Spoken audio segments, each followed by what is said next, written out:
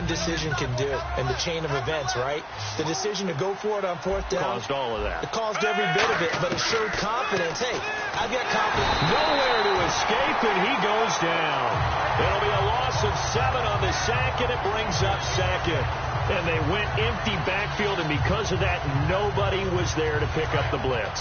And you know that offenses, when they go with the empty backfield, they have different things designed on every play to try to account for things. But what people often forget, defense is audible as well. And a lot of times when they see an empty backfield, they audible right into a blitzing situation. And he was able to shed the tackle, but the reserves come in for the stop. Call it a gain of 5, and they'll be facing a 3rd and 12. I wonder what was going through his mind when he got the play call. He just got sacked on the previous play. He knows they're coming after him again. A little bit of guts to stand in there, take the hit, and successfully complete the screen pass. Really well done. And now the ball's loose. Smith loses it, and it's picked up by the Ravens. And they will set up shop with outstanding field position in the red zone at the 17-yard line. And now Baltimore gets set to take the field. Really nice starting field position here for the offensive unit.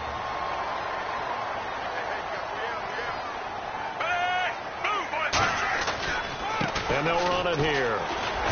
And he's eaten up at the line of scrimmage. Might have gotten a yard down to the 16. Yeah, that wasn't a big run, just a short one there. But guess what? Sometimes you treat it like boxing. You throw that jab out there, and you throw it again, you throw it again, then you come with a big punch later. Maybe they're just trying to set him up. Flacco here on 2nd down. And the hit jarred it loose. It's incomplete. After all the preparation, all the practice, a play like that will actually break your heart. They had everything they wanted, just unable to complete it. In the end zone, a big-time drop. And the offense looks to pick up the first here on 3rd after that incompletion. They'll run it here. This is Buck Allen. And he's able to work it here to the 8-yard line. He needed 9. He got 8. And that's going to leave him with a 4th and 1 on their side of the field. And that looked like some pretty easy yardage there right up the gut. And he's a guy that has some height to him. So when you don't have to drop a shoulder or create or get through contact or trash, makes it a lot easier to stay upright, see the field, and make a run as we just saw there. And here's a very low line drive, almost whiffed on it. Time for a break. We'll come back and wrap up garbage time after this.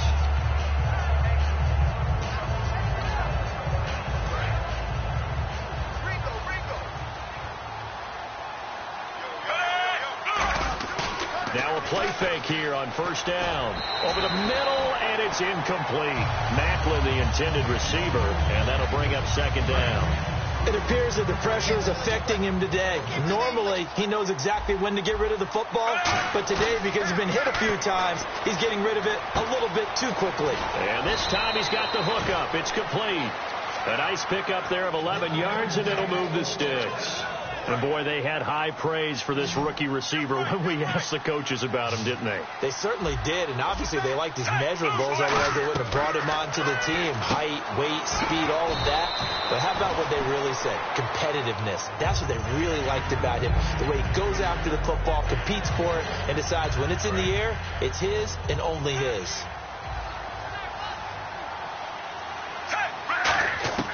Again, Smith. It's incomplete. Took a shot, couldn't connect. So a 2nd down incompletion now brings up 3rd down. Throwing on 3rd down, Smith. And incomplete. The contact made the ball roam free and brings up 4th down. We know it's not an easy job to go out and catch passes when people are trying to tackle you and knock the ball away. But the bottom line is, that's a pass he's got to have and a pass he should have caught. And how about this, a fake? Quick hitter here, it's complete.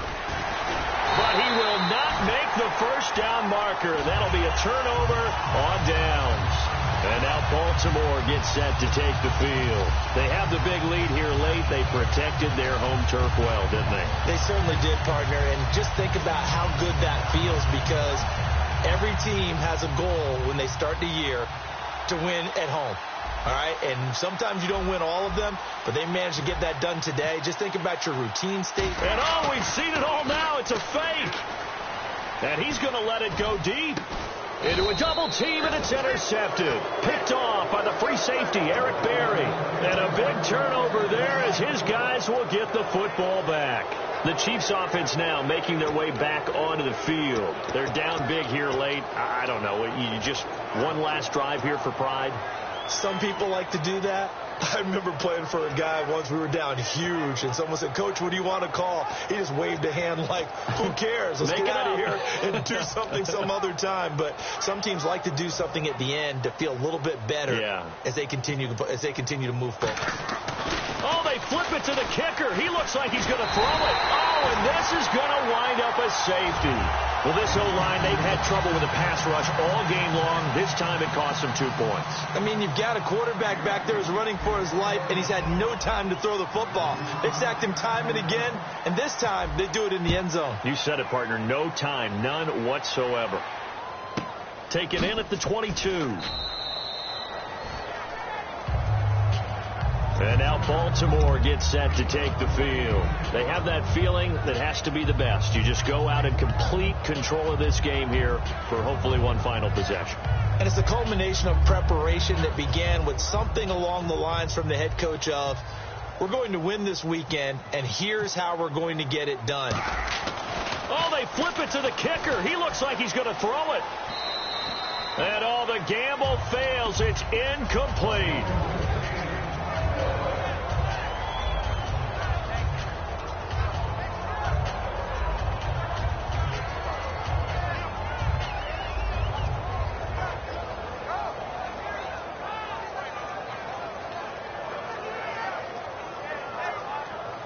And now it's second down, but here's the field goal team out onto the field.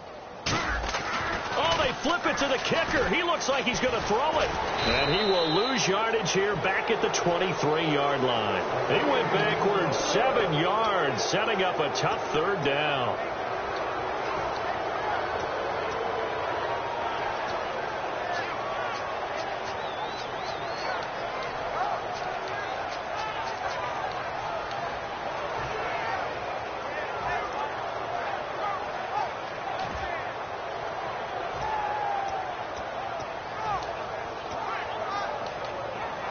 And the punt team is out there. It's not fourth down.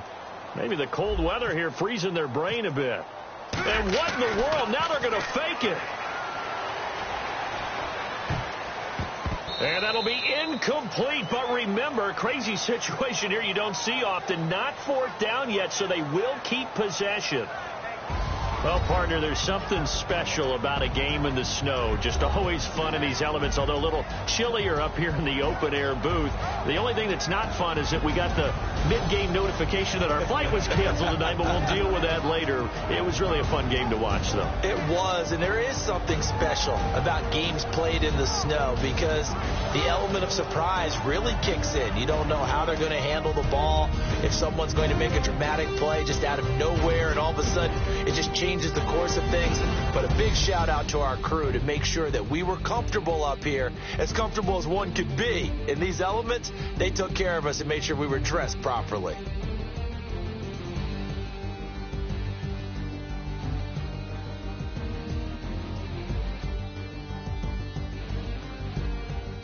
So that'll just about do it for Charles Davis. I'm Brandon Gaudin. You've been watching the NFL on EA Sports. For more, log on to EA Sports.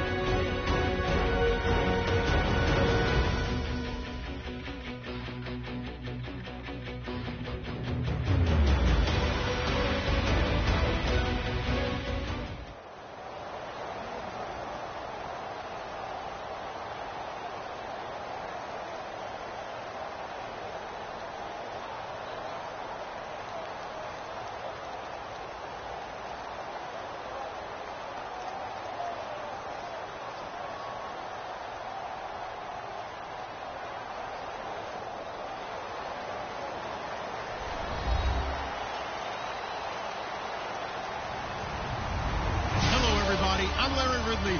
Welcome to the NFL on EA Sports. Tonight's matchup features two quarterbacks who will be trying to lead their team to victory. It's Bradford's Vikings going up against Braves' Saints. With that, let's get you out to the Bayou.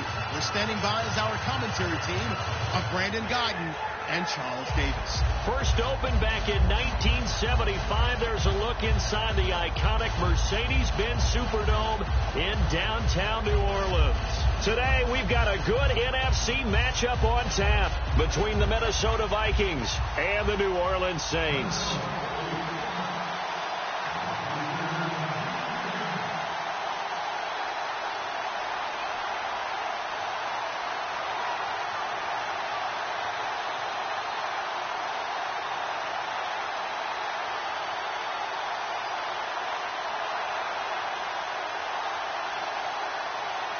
Here's Kai Forbath now to get us started. And we are underway from the Superdome. And out of bounds there on the kick.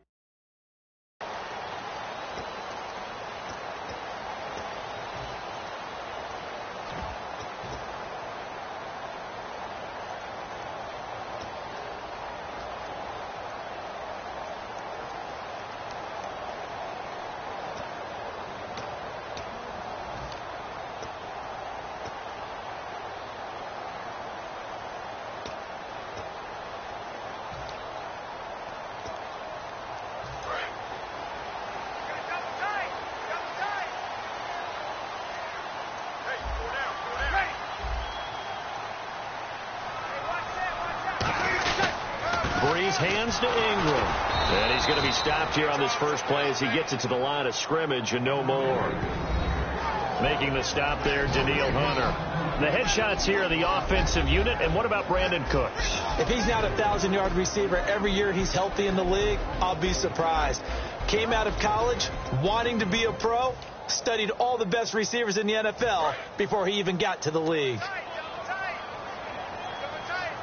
Possible run anticipation here as the D-line sandwiches together.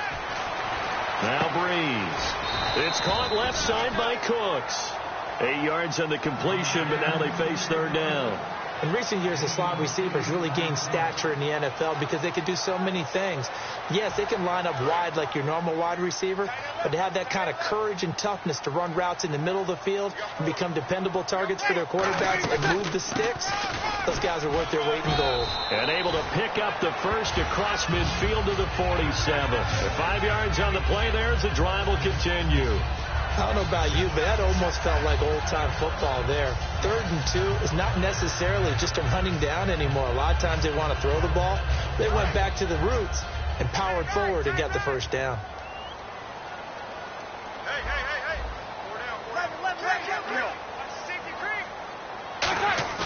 They go play action here on first down. And it pops free. The collision there jarred the ball loose and brings up second down.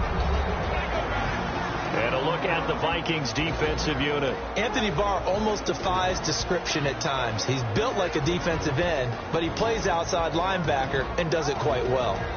So the incomplete pass brings up second down.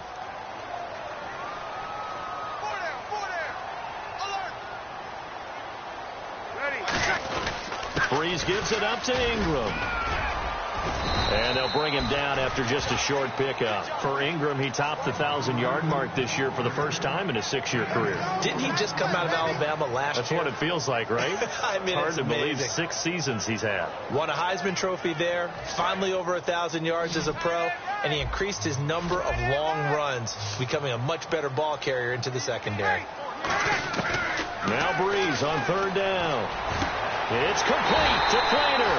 And he's able to get the first here as he's taken down at the 25. And there's another completion to the tight end. And let's face it, it is hard to overthrow a 6'6" target. It is indeed. Quarterbacks like their speed guys. They like that huge 6'6" target that they've got in him. They really do. And it reminds me of what one great tight end told me once. He told his quarterback, just make sure you throw it up there. You know, kind of like put up in the top shelf where the kids can't get it. Brees now on first down. Catch here, left side, Thomas. And this last year, right around mid-season, it's kind of when Michael Thomas emerged as Drew Brees' favorite target.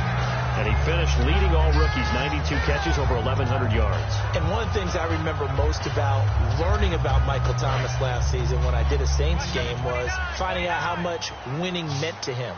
Multiple teammates talked about after a loss how upset he was, how much he put into practice getting ready for the next week, and how much he was looking at other guys and wondering, do you care as much as I do? And that's a really big deal for a rookie receiver, and he translated it into action the rest of the year. Just how they wanted to start this one, in the end zone on their first possession. And that just happened. How about that play right there? As you said, opening possession, setting the tone for everything. And I'm going to look forward a little bit now because everyone should be celebrating his catch in the end zone. The tight end gets a little bit of love. But if you're a receiver on the team, you should be thinking to yourself, boy, oh boy, things are going to open up the rest of the game if they have to focus on him as well. Morstead out now following the touchdown to kick. This is fielded a couple yards deep.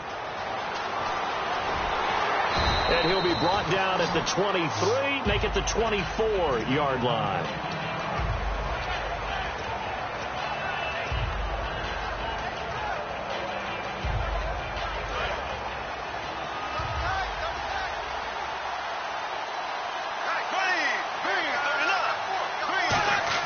Brad Stafford now to throw on first down. And the Saints pressure gets it. Brought down for a sack. They bring a man off the corner that time, and he gets home for a loss of 6. The game plan for any defense is finding ways to make a quarterback uncomfortable in the pocket. When you bring pressure from all angles, you never know who's going to get home. In this case, the left cornerback, right in the face of him, puts him down.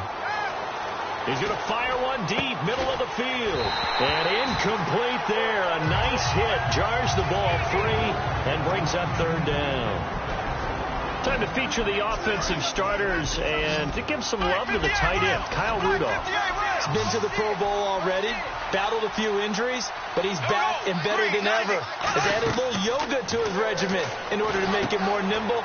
That makes it that much harder for the defenders to catch him. The screen does get him 9, but it also brings up a fourth down.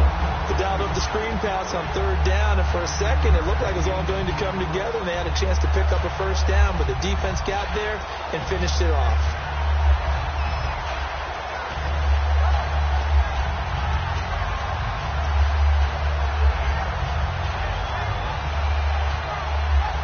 So on fourth down, the Vikings will call on their punter, Jeff Locke, to kick it away.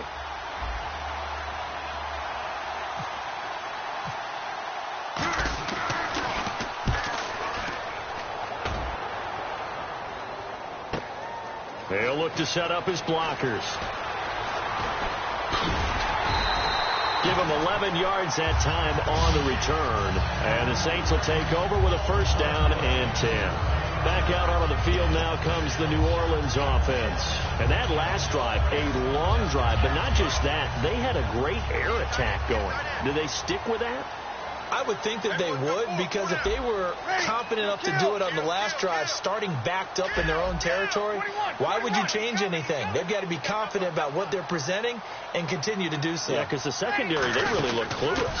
And that was amazing because that drive went, no adjustments, and no big plays by the defense to knock the ball away. Tackle made by Eric Kendricks. A 1-yard gain could look like a disaster, but it all depends on how the game is going. Is it a series of 1-yard gains running the ball? If that's the case, you might have to start thinking about throwing it a little bit more. But if it's just the occasional 1-yard run, hey, congratulations to the defense. They won that one. Come back and get them the next time. He's going to hit his man out of the backfield. Complete. A nice pickup there, 10 yards, and it'll move the sticks. We always talk about having to read defenses and how complicated that is.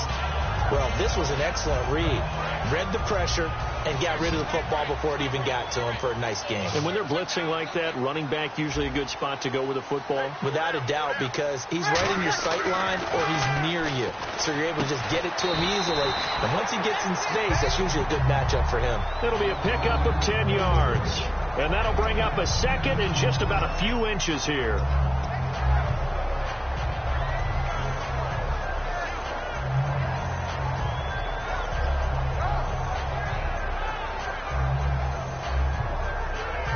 Completed pass play. Now let's see if they go back to the air or to the ground.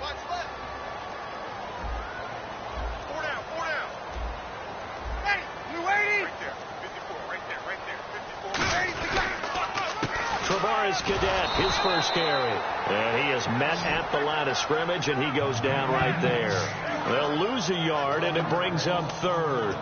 And when you're trying to set up a counter play, that's what a lot of people call an influence play.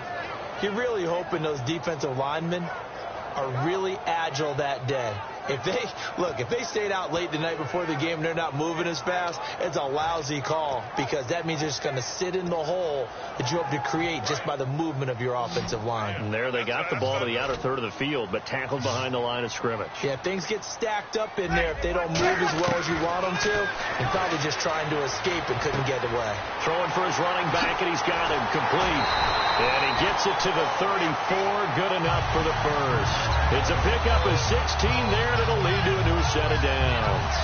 We can talk all we want about football being a game of strength and brawn. It's also a game of mismatches, and they're trying to create one there, getting it to their back out of the backfield to make a bigger play. As we often say, get it to him in space, let him use his leg. Yeah, if he can get a matchup against a linebacker or maybe a defensive end dropping out in a zone blitz, he's going to win that battle just about every time.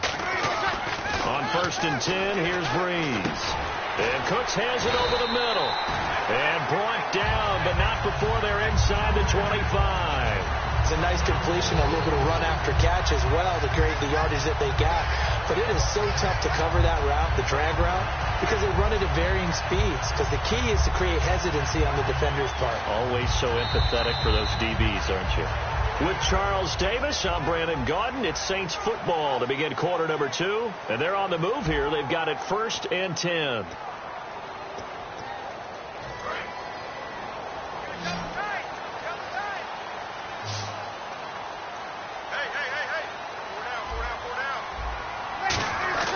Throwing on 1st down is Breeze. His throw caught right around the 6. And he is into the end zone. Touchdown, New Orleans. Brandon Cooks from 21 yards away. And the Saints add on to their lead. And oh, he takes off with it. It's a fake. And he is not going to get in there. He stops short of the goal line. And the lead is going to stay right where it is. Morstead out now following the touchdown to kick. This fielded a few yards into the end zone. And with the new rule, that decision to bring it out will cost him about 5 yards as he only gets to the 20. You know, for this Vikings team, as they come back out here on offense, I don't know that any group had more of a roller coaster ride than them in the 2016 season. The quarterback change at the beginning, the hot start, and then the cold middle. It was just a tough year for them, wasn't it? It really was. And when you look at how their season went, you mentioned the roller coaster. A lot of it can come back to the injuries, especially along the offensive line. I think by around October, maybe even early November, I'm surprised you and I didn't get a call to go audition to be a left tackle there because they were just down so many guys. So that made it difficult to run the ball and to protect Sam Bradford, their quarterback, and it reflected in their final record. Now it's AP, Adrian Peterson. It's a loss of 2, now 3rd down. We just saw another example of how the defense is winning this game. Really at the point of attack, the offensive line's just getting pushed around. I think now as a play caller, you got to give them a little bit of help. Maybe you keep your tight ends a little bit more.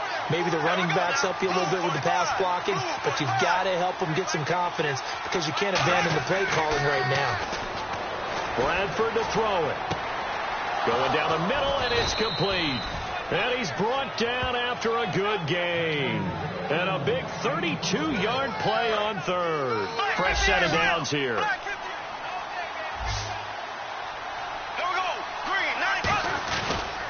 Handoff comes to Peterson. Oh, he's got a little daylight.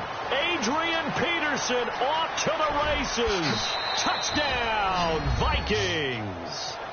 Adrian Peterson, 49 yards. And the Vikings are able to make this a close game again. And on that long run, maybe the defense caught napping a little bit. The concentration level may not have been there. I agree with you on that one because those types of plays, when they result like that, they're almost like big bolts of lightning, aren't they? Whoosh, and off he goes. Fairly short kick, taking it to 14 here.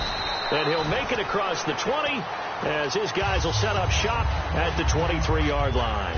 Out onto the field comes New Orleans. Good drive last time. Really effective passing the football. Do you maybe mix it up, now go to the ground game and surprise the defense a little bit? I would anticipate the defense making some changes, but I wouldn't necessarily just absolutely go in the opposite direction.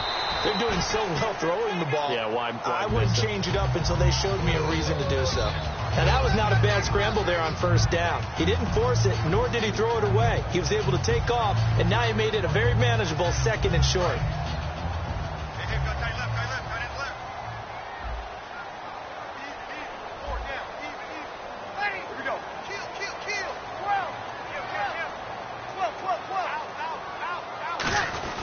Back to the ground, this time with Ingram. And he'll scratch out only about a yard up to the 32. And now we've got a defensive lineman still down on the field. Let's hope he's okay. So 3rd down, just 1 yard to go.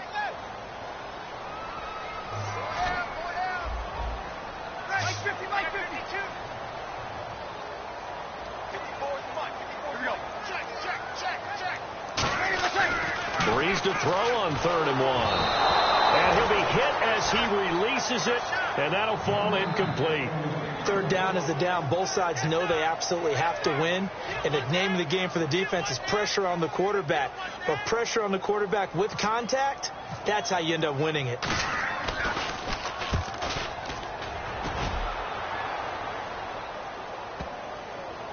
And great special teams work here. This is knocking on the door of the 5. They'll spot it at the 6-yard line. Now the Vikings offense gets set to take over here. Last time they were out, they scored. Still trailing here, though, so some work to do. But it's okay in terms of mindset. Because they scored the last time, they're not quite as worried about being down on the scoreboard because now their confidence is a little bit higher.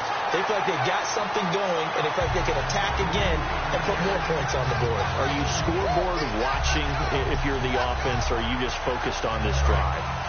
We wouldn't be telling the truth if we said that they didn't scoreboard watch. Everyone does it to some extent, but you've got to set it aside right now and just focus on this series.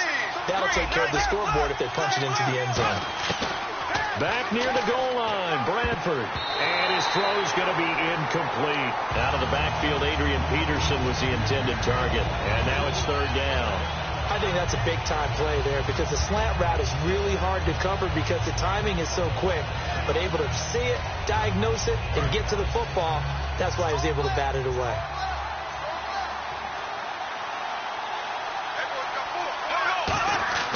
From deep in their own territory, they look to throw. Looking for Diggs, and it's intercepted. Picked off by Sterling Moore. And he will take this one home. It's a touchdown. That was an interception, but on the field, the guys who are picking it off, they're not saying that. What word are they using? It's Oski. And that means catch the ball and go the other way. That's your vernacular. I've never heard anybody say Oski. Ask around. They'll tell you. Let me go ahead and show my age a little bit. I liked it when they would fake it from the 3-yard line, right? When you'd line up, go ahead and, oh, there's a fake, and he's going to get 2. That's great. But from the 15, the risk-reward, it's just not there. It's so risky to get 15 yards on a fake. Well, you see the result right there. Yeah, I know these young whippersnappers are trying to do different things in this game, but let's go back to old reliable. Kick the ball through the post. Get off my lawn. That's darn right. And now out comes Minnesota.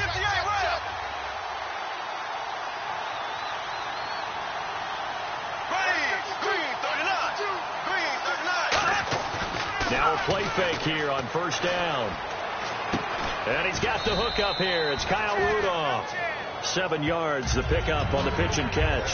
We always hear from coaches how much they like to run crossing routes because they want to hit their receivers on the go, get them the ball, and keep them moving.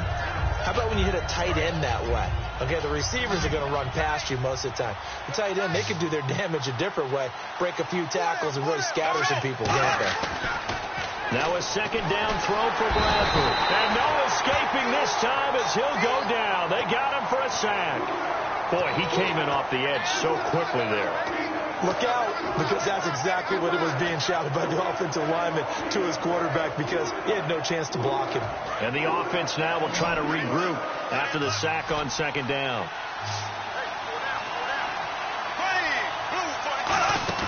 On third down, Bradford. And he takes a shot on the release as this will be incomplete. Cordero Patterson, the one he was hoping to get it to. And it's fourth down. Putting pressure on the guy throwing the football is always good. But when you can couple that with contact on him that leads to an incompletion, as we just saw there, that's winning football. And a tough ask here. They're going to go for it on fourth down and 9. And the back goes into motion.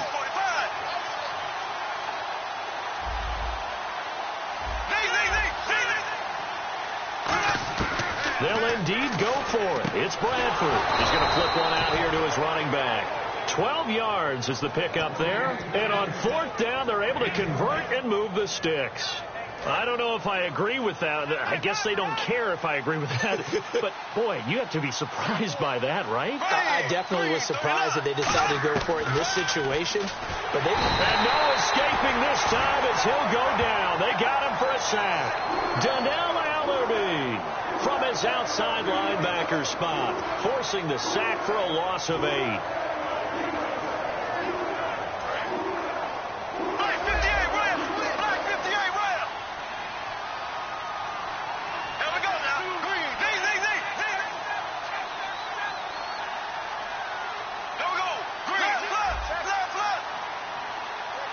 play clock's running down. Now Bradford on second down. They'll try and set up the screen. It's complete. And he'll bring it up here to right at the 40-yard line. And give him 9 yards on the second down screen play. For a second there, I thought that might break big. Screen pass. Looked like it was coming together. Looked like there was an opening. Still, ended up with a solid game.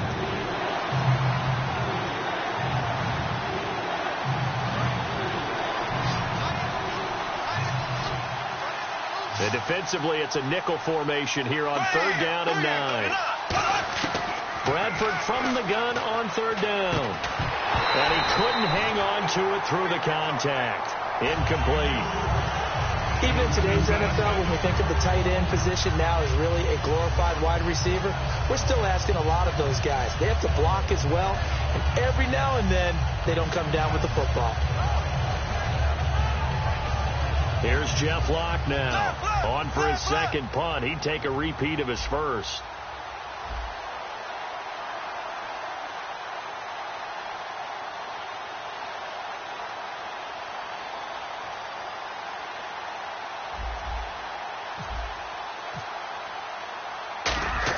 And look at this. It's a fake.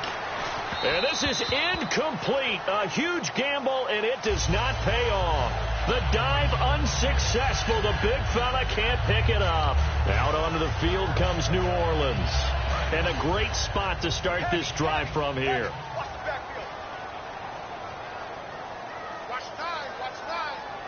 They come out with 1 back and 3 tight ends.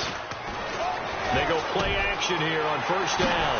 And he's got it over the middle. Fleener. Touchdown, New Orleans. Coby Fleener with his 2nd touchdown here in this first half. And the Saints now add 6 to their lead. Now he's having a nice little first half here, partner. And it's a first half that leaves us anticipating what can still come. I mean, 2 touchdowns already here through the 2nd quarter.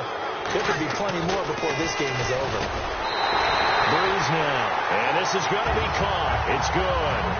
And that extends their lead by 2 more. Morstead out now following the touchdown to kick. Fielded about a yard deep. Cordero Patterson, the 40. Past the 20. Touchdown, Vikings. Cordero Patterson taking it goal line to goal line, 100 yards. And the Vikings are able to close the gap just a bit. Such an electric play, so much fun to watch, and you need all 11 guys in sync for that to be successful, don't you? Without a doubt. That's teamwork, to be able to put it all together. But that play is really probably the most exciting 10 seconds in football. All right, partner, one more time. Our whole lives, you put the ball on the 3-yard line, kick the extra point. 2015, they put it on the 15 to kick the extra point. 2016, they said, we're leaving it there. So if you want to fake it, that's a long way to go. And they got it done. I was going to say, they had a 15-yard play in their back pocket. You don't see that on too many play sheets, do you? No. And he'll take it up past the 25 to the 26-yard line. The Saints coming out now to take the field. And that recipe on their last drive that resulted in a touchdown looked pretty good, so they'll be hoping to do that once more. And it takes me back to when we sat with the offensive coordinator and the head coach. They felt pretty good about their game plan and thought there were some holes in the defense, and they exploited them the last time out. Let's see if they can come back and put together a similar drive. And we'll see if they can do just that. And he is going to lose yardage here. A loss of a full 3 yards, and now it's 2nd down. Now, that was well defended, and as a cornerback, what you're taught when you see a wide receiver screen, either you get underneath the play before the blocking forms, or you're going to have to fight your way through it by getting through some blocking. The Vikings after him, and they get there for the sack. Danielle Hunter in there to bring him down for a loss of 7. Well, it was 2nd long. Now it's 3rd and even longer. They're going in the wrong direction here.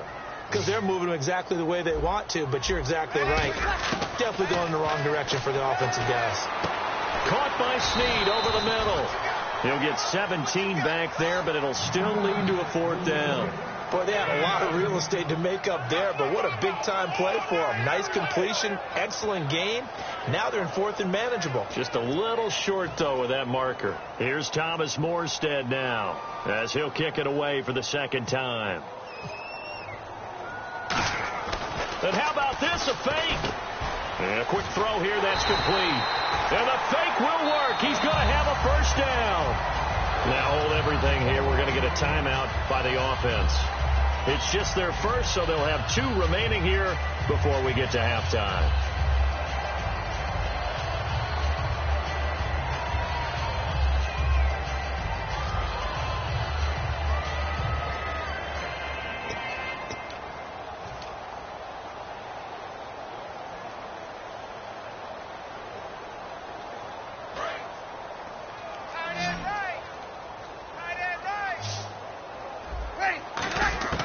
Throwing on first down is Breeze. He'll air it out deep for Thomas.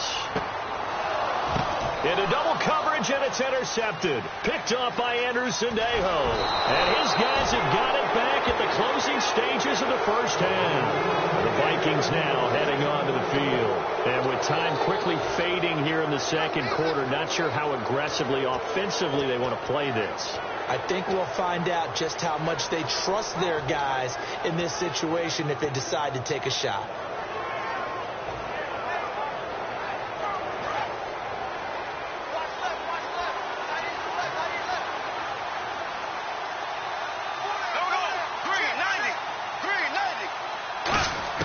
Following the interception, Bradford nowhere to escape, and he goes down. Hau'oli Kikaha. He's the one that got to him. He takes him down for a loss of 9. That's it for the first half. 2 more quarters to go. We'll have plenty more to see after the break. Both teams appear ready for the fight ahead, and we resume action here in quarter number 3. This fielded a few yards into the end zone. Out come the Vikings. They'll have it first on offense as we begin the third. They have the ball here for the inaugural drive of the second half. Pretty big deficit, though. We'll see what adjustments were made in that locker room. And I never want to make something more important than it actually is, right? I don't want to create more hype than what is there. But this is I'm doing it, though. This is a really important drive. And we often talk about teams scripting plays to start a game. A lot of them script to start the second half, too. And they're scripting something that they expect to get them into the end zone and back into this game. We'll see if that script is a good one for them. The third quarter starts with a run by Peterson. And he'll be tackled at about the 35. Give him 5 on the carry there, and it'll be second down. I know the toss play begins with the guy taking the snap and turn around and tossing it to the runner. But where the real intrigue is, can they seal the edge, whether it's an offensive tackle or a tight end, in the direction they want to run the football? If they do that, that's the result that you get, that type of a gain. If they don't, oftentimes it's not a very successful play. Call it a gain of 4 there, so it sets up a big play here, 3rd and a yard. On any running play that's called, they're always hoping that it's going to break big and go the distance.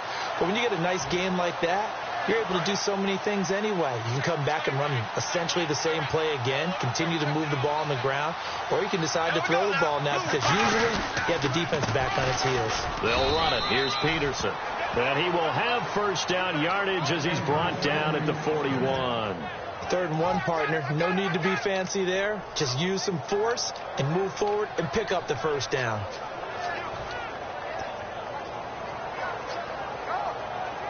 And a new set of downs here after picking up the first on the ground. 4 down. There we go now. Now a play fake here on first down. He'll buy some time right. And complete. Right side, the tight end Rudolph. And he'll be taken down across the 50 at the 45 in enemy territory. Looked like the defense put pretty good pressure on him, but he's able to flush out to his right to try and evade people. On the run, had to get on his horse. Still accurately throws a nice pass for a first down. Now the Georgia Southern man. This is Jerick McKinnon. And he'll cut it out to the sideline. Touchdown, Vikings! Jerick McKinnon, 44 yards. And the Vikings have made this now a 1-score game. Well, they ran the toss, trusting he had the speed to get to the edge, and he did. And there really wasn't any doubt about that because the scouting report told you this guy could flat out run. When you give him a little bit of space and a chance to get there, he usually does. And this one incomplete. So they went for the 2. They don't get it. Forbath to send it away now following the touchdown. Fielded about a yard deep. Stiff-armed him. Now the attention turns to the Saints offense getting ready for their first possession of the second half. And following the interception, just any interception, are you a little bit more cautious when you start that next drive, or no, you just throw that out the window? I think you are. I don't think that there's any way you can run back out there and go, totally didn't affect me. Let's just go ahead and be loose with the football again. You're going to take care of it, but you have to be careful about being too cautious because now you can't run any offense at all. Still want to attack. We'll see how they attack him here. Well, he did a nice job keeping his eyes downfield, waiting for someone to get open. But once the pressure forced his eyes down to see the rush, it was time to make a break for it. On second down, here's Breeze. And no escaping this time as he'll go down. They got him for a sack. Everson Griffin in there to get him for a loss of 5.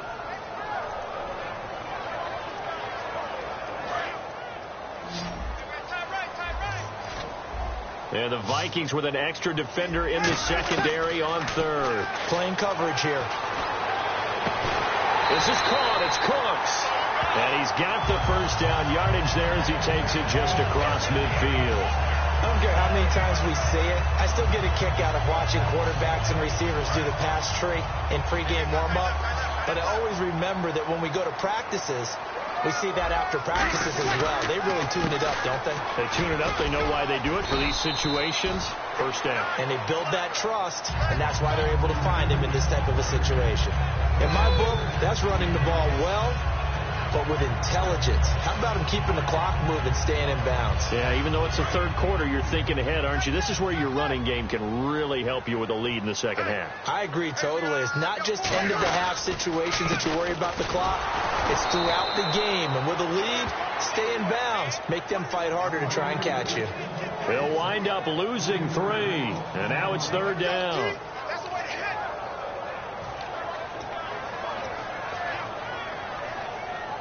And they'll need the 39 here for a first. This is third down. Now Breeze on third down.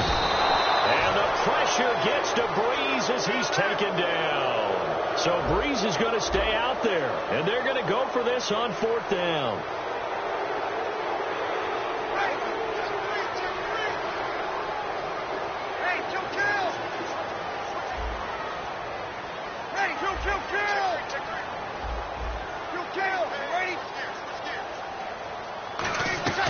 So here we go on fourth down with Breeze under pressure, and they got to him again.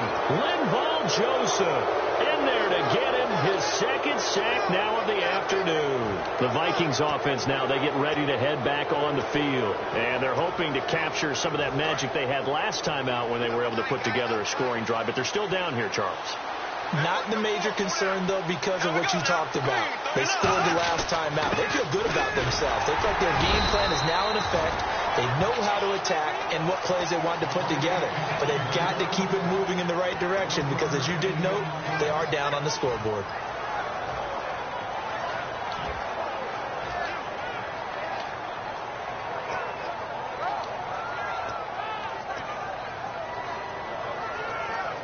And after the play on the ground, that brings up second down here.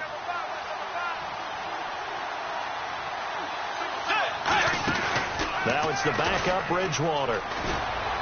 He's got the connection over the middle to Diggs. A good pickup there at 22. And when an offense is doing a nice job selling the play-action pass, a lot of responsibility shifts to the linebackers. They're the ones that have to determine run or pass and get to the proper places on the field. Looking for Diggs, and it's intercepted. A great read, and it's picked off. And a big turnover there as his guys will get the football back. And now the Saints get set to trot out there. And this offense last time turned it over, went for it on fourth, didn't get it. They're lucky, though, because no points against the team on the board, but we'll see how they respond. Yeah, they've got to get a lot of credit to their defensive teammates, don't they?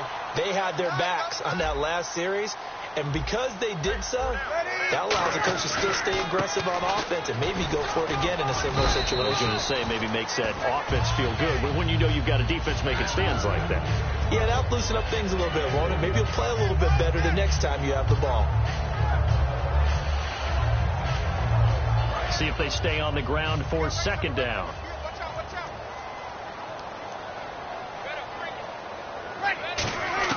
Breeze to throw on second down.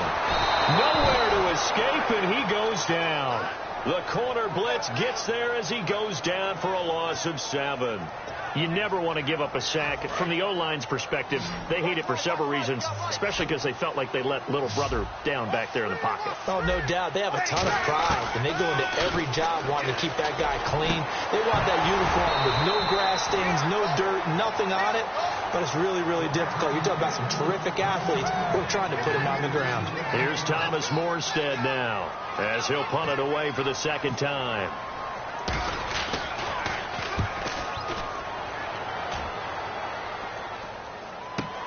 Here's Sherrills. Back now here live in New Orleans. It's the Vikings in possession of the football, but they need some points. They're trailing here to start the fourth.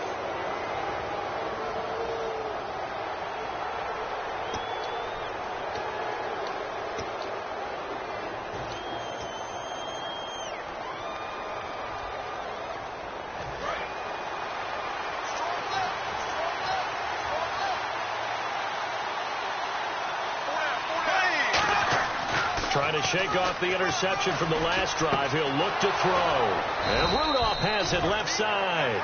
They'll get 17 yards there. And it'll give the Vikings a first down. Partner, it's a lot of fun watching the NFL now, isn't it? Because when the big fella runs routes, it used to be when we were kids, he'd run about 3 different routes, and that was it. Now he can run anything and catch the balls we just saw there. And a cutback right. Touchdown, Vikings. Adrian Peterson, his second touchdown of the afternoon. And the Vikings have taken the lead here in the fourth quarter. Brandon, that's climbing the hill.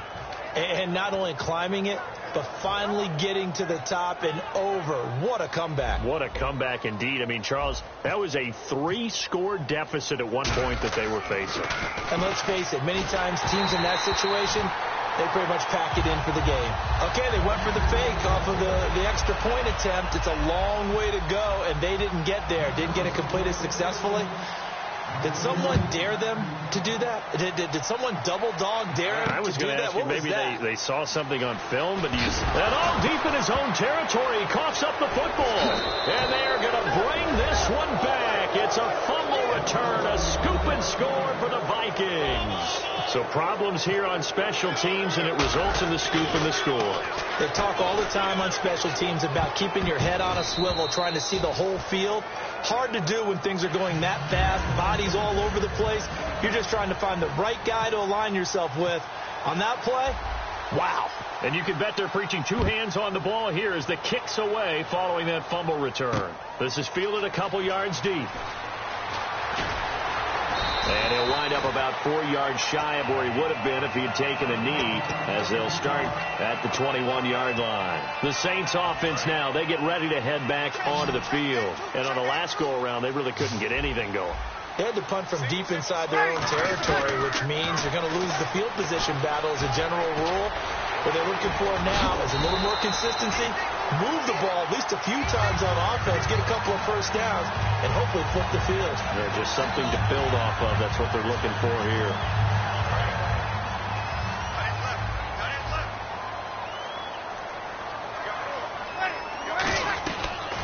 Now a man who sat out 3 seasons. This is Tim Hightower. Credit him with a 1-yard gain there to make it 2nd and 9. Partner, we know today's NFL is really built around the guy throwing the football. But these short runs, they still pay dividends because they can take their toll on a defense, and they can add up as the game goes along. You control the clock, you control the ball. and that way you often control the game. Over the middle, it's Thomas.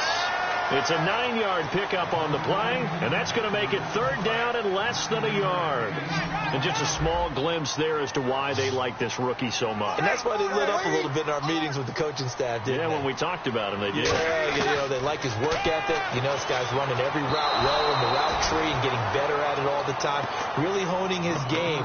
They expect a pretty good jump out of him as things continue to move on. I have to say that was a surprise call on 3rd and inches. I thought they'd try and run the football there, but you got to believe they thought they'd surprise the defense and pick up something downfield, but that one goes incomplete. Now they're going to try this again. It's another fake. A little trickeration there, but it doesn't fool them. And now out comes Minnesota. Anytime a fake doesn't work, we usually focus our attention on the guys that were unsuccessful.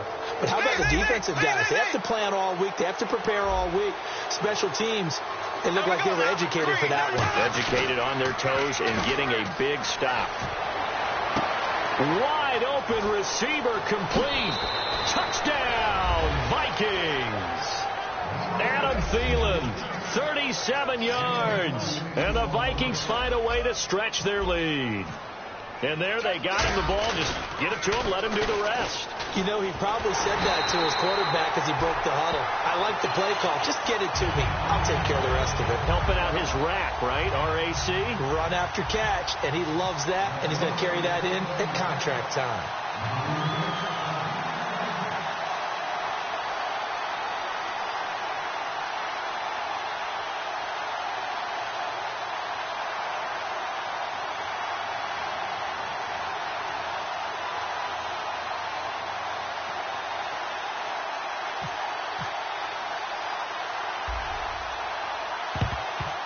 And the Saints hands team able to rein this one in. Well, 4th quarter, they felt like they needed the football back. Unfortunately, they couldn't get it.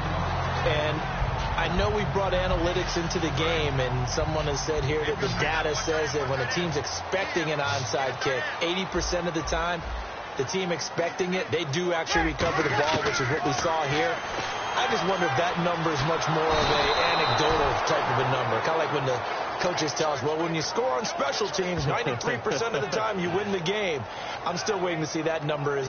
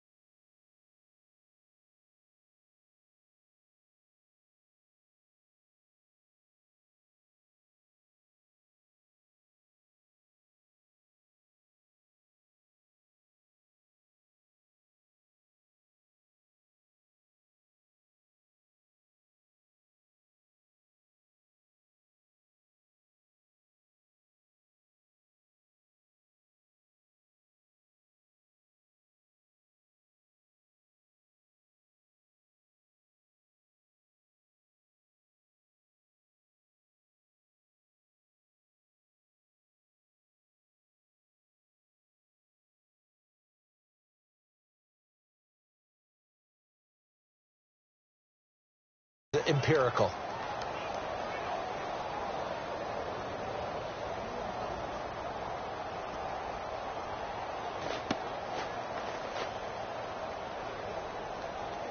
Defense in a good spot. Let's see how the offense responds with a 2nd and 13 now. They come out 5 wide, 3 of them to the right side. Now Breeze. Caught right side at Snead. Touchdown, New Orleans. Willie Snead, 40 yards. And the Saints are back within a score. And correct me if I'm wrong, that was just a simple fly route, wasn't it? No, there's nothing to correct at all. You've got it down pat. And I just remember as a player, when I'd be in practice sessions, and I'd hear 9, from the receivers, that meant fly route, go. Uh-oh, look out.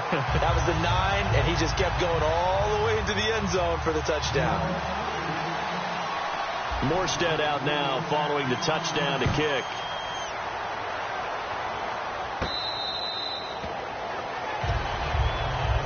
And out now come the Vikings.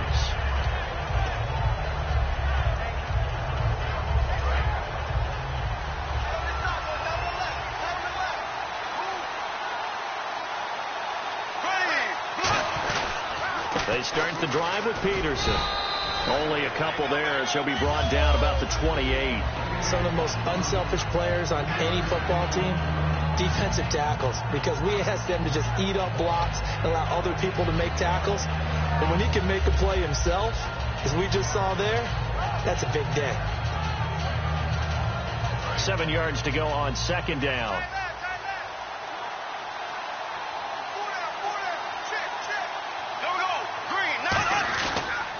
They run again with Peterson. And he's going to lose yards. They take him down at the 26. He lost 2 there, and it's third down. Yeah, let me pump out my chest a little bit, even though I'm not rooting for either team. But that was a really nice defensive play. It's awfully fun to watch, even in an offensive game. Let's go. On third down, Bridgewater. And look at this. They get the turnover they needed. It's intercepted. A great read, and it's picked off. And they'll take over inside the 45 at the 44-yard line.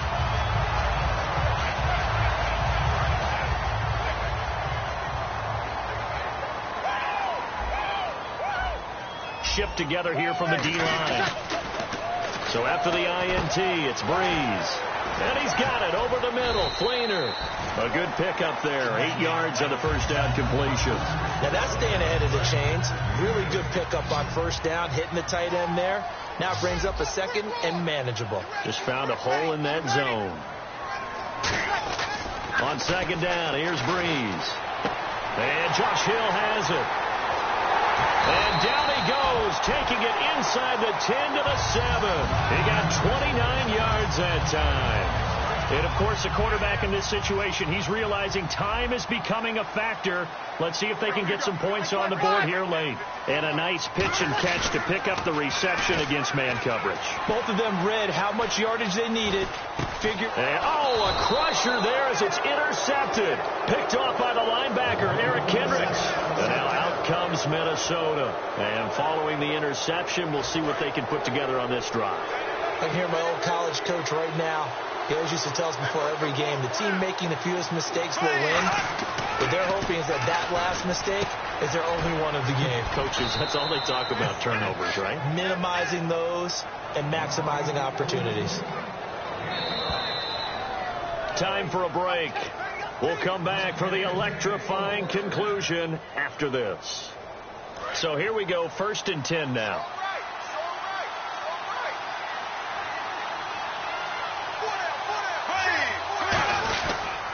Peterson. A loss of a full 3 yards, and now it's second down. Hey, a lot of points have been scored in this game, but what a nice play by the defense. Stepping up on that one. Maybe they'll get things going in their direction after a play like that.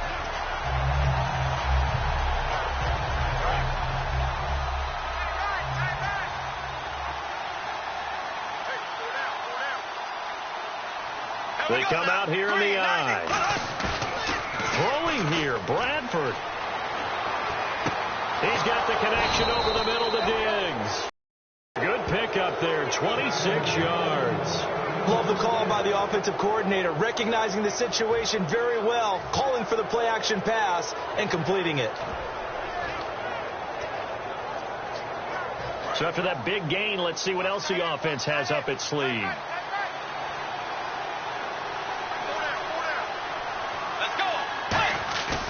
Bridgewater being chased out left. Now he's hit, and Bridgewater loses the football. And a little bit of good fortune there. He wasn't able to get it back, but he did have a teammate on the spot able to retain possession for them. And the offense lining up 1st and 10.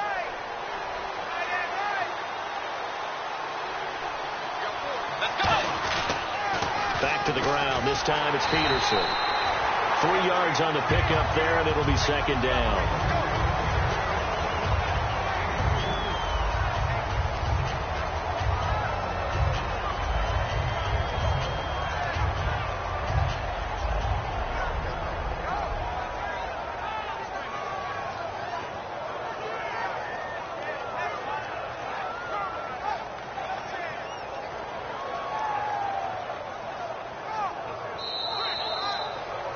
Well, I know at points in this when you wanted to close your eyes because of all the points that were being put on the scoreboard. You're a defensive guy, but it was a fun little track meet, wasn't it? It was, and you know the people who really enjoyed this game? They're the ones that like going to batting practice at the Major League Baseball parks, right? Seeing the 14-11 game, that sort of deal. That's right up their alley with what we saw in this one.